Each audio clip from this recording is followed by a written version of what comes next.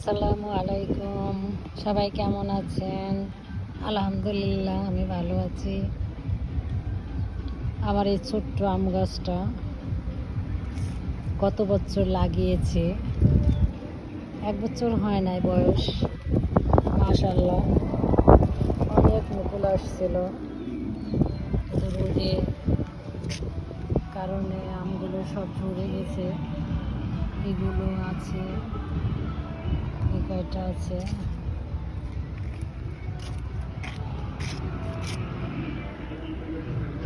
দোয়া করবেন সবাই, যাতে আমগুলো পাকতে পারে। ঝড় বৃষ্টি গাছটাতে যাতে ঝড়ে কোনো আঘাত না করে।